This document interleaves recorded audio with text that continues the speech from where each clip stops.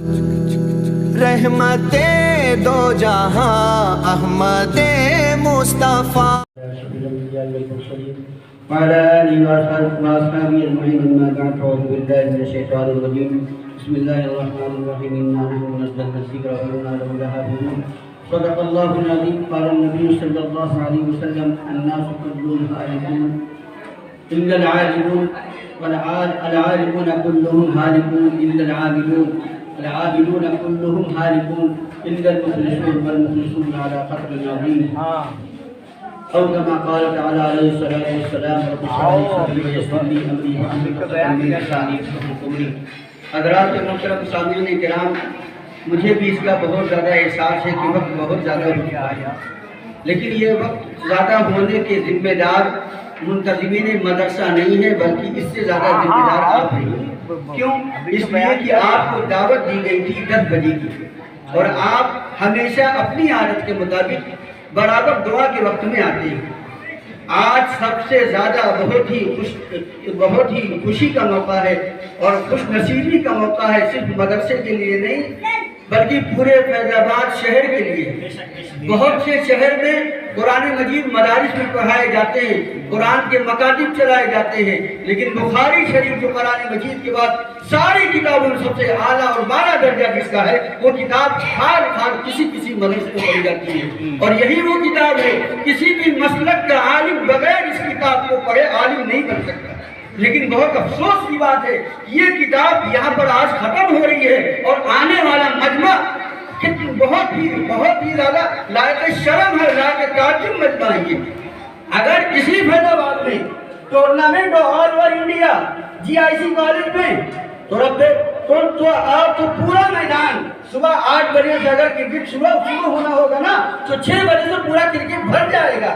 اور اتفاق ایسا ہو کہ اسی شہر کے 6 بچے بھی اس میں ہوں، اس all over India tournament cricket میں، تو وہ 6 بچوں کے صرف ماں باپ نہیں بلکہ ان 6 بچوں کے پورے خاندان بھی اس میں جائیں گے کہ صاحب میرا بچہ آج آل اوور انڈیا ٹورنامنٹ میں جا رہا ہے. ہائے ہائے افسوس افسوس افسوس، ہم نے دین کا کباڑہ کر دیا. قرآن کو ہم نے اپنے گھروں سے نکالا، مسجد سے نکالا، حدیث کو نکالا، علم کی ناقدری کی، قرآن کی ناقدری کی، دین کی ناقدری کی، کہ آج اتنی عظیم الشان کتاب اتنی عظیم ہستی کے ذریعے ختم ہو رہی ہے اور ہمارے اندر احساس نہیں. آپ کی کیا شکایت؟ جو بچے یہاں پر پڑھتے ہیں ان کے سرپرست بھی یہاں پر موجود نہیں ہوں گے. اللہ ہم سب کو سمجھ نصیب فرمائے. میرے بھائیوں بزرگوں دوستو، یہ قرآن مجید کے بعد یہ کتاب، یہ اللہ کے پیغمبر کے لائے ہوئے دین کا ایک معجزہ ہے. اسلام کا سب سے عظیم الشان یہ معجزہ ہے کہ نبی کریم صلی اللہ علیہ وسلم کی ایک ادا، آپ علیہ السلام کی ایک حرکت 1450 سال کے بعد بھی وہ ساری حرکتیں آج بھی ساری دنیا کے سامنے آیا ہیں. کسی اور مورخ، کسی اور دھرم گرو، کسی اور پیشوا کی وہ تاریخ کا ایک حصہ وہ محفوظ نہیں ہے جو آقا مدینی جناب نبی کریم صلی اللہ علیہ وسلم کا محفوظ ہے. اس حفاظت کے اندر صحابہ کرام کی بے شمار اور بے انتہا قربانیوں کا دخل ہے. اس کے بعد تابعین کا دخل ہے، اس کے بعد محدثین کا دخل ہے.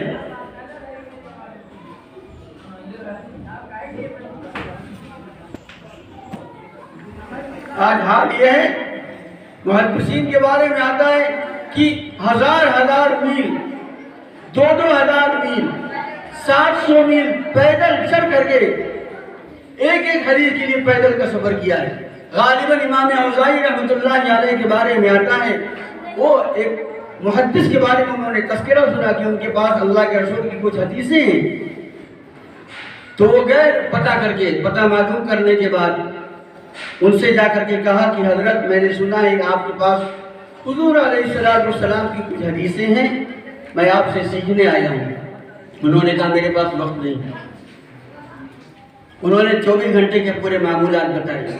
فجر کی نماز سے پہلے میں اٹھتا ہوں، تہجد پڑھتا ہوں، پھر ذکر کرتا ہوں، پھر تلاوت کرتا ہوں، پھر حدیث پڑھاتا ہوں، پھر فلاں جگہ حدیث پڑھاتا ہوں، پھر فلاں جگہ میرا حدیث کا درس ہوتا ہے، پھر یہ کام، پھر مغرب کے بعد فلاں جگہ حدیث کا درس دینے جاتا ہوں. تقریباً 10-15 منٹ کے فاصلے پر.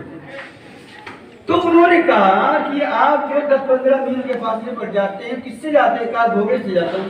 کہا حضرت بس یہی ایک وقت آپ کا خالی ہے، آپ اس وقت میں آپ کے ساتھ روزانہ گھوڑے سے آپ کے ساتھ سفر کروں گا اور اس سفر میں آنے اور جانے میں حدیث سیکھا کروں گا۔ انہوں نے اجازت دے دی۔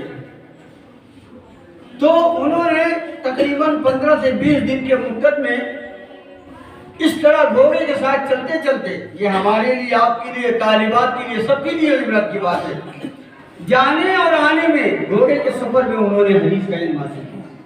یہ امام بخاری رحمۃ اللہ علیہ ایک حدیث سیکھنے کے لیے، حضرت امام بخاری رحمۃ اللہ علیہ کے بارے میں آتا ہے کہ 10 لاکھ حدیث زبانی آتی، اور 10 لاکھ حدیثوں میں تقریباً 7,000 حدیثیں اپنی انہوں نے صحیح میں جمع کیا ہے۔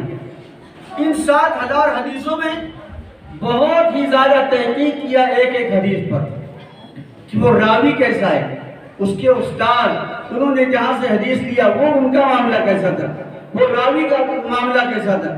ایک مرتبہ امام بخاری رحمۃ اللہ علیہ، اپنی بات میں ختم کرنا چاہتا ہوں، سفر کر کے گئے، بہت دور کا سفر کر کے گئے، اور جانے کے بعد معلوم ہوا فلاں جگہ فلاں علاقے میں محدث رہتے ہیں، ان سے حدیث سیکھنا ہے۔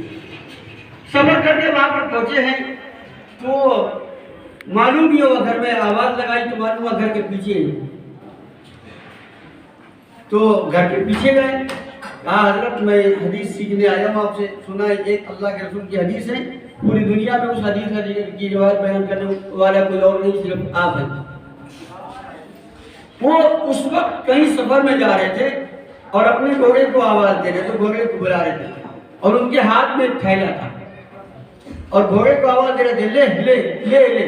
تو امام بخاری نے رحمۃ اللہ علیہ نے پوچھا کہ حضرت آپ سفر کا ارادہ ہے، گھوڑے کو آپ مانوس کر رہے ہیں، گھوڑے کو بلا رہے ہیں، اس تھیلے میں تو کچھ نہیں ہے؟ تو فرمایا ہاں، تاکہ گھوڑا چارے کی لالچ میں آئے گا اور میں اس کی پیٹھ کو سوار ہو جاؤں گا۔ امام بخاری رحمۃ اللہ علیہ فوراً واپس ہو گئے۔ انہوں نے کہا آپ آئے لمبے سفر سے، آپ نے غرض بتائی حدیث سیکھنے کی، میں نے کہا میں ابھی تھوڑی دیر میں آپ کو حدیث بتا دیتا ہوں، لکھوا دیتا ہوں، آپ جا رہے ہیں جی۔ تو فرمایا جو آدمی گھوڑے کو دھوکہ دے سکتا ہے وہ انسانوں کو بھی دے سکتا ہے، لہذا میں آپ سے حدیث لینے کے قابل نہیں۔ امام بخاری رحمۃ اللہ علیہ کا دوسرا قصہ ہے، مطلب وہ سفر کر رہے تھے، کشتی میں سفر کر رہے تھے اور جیب میں 1000 اشرفی تھی، اسی میں ایک چور تھا۔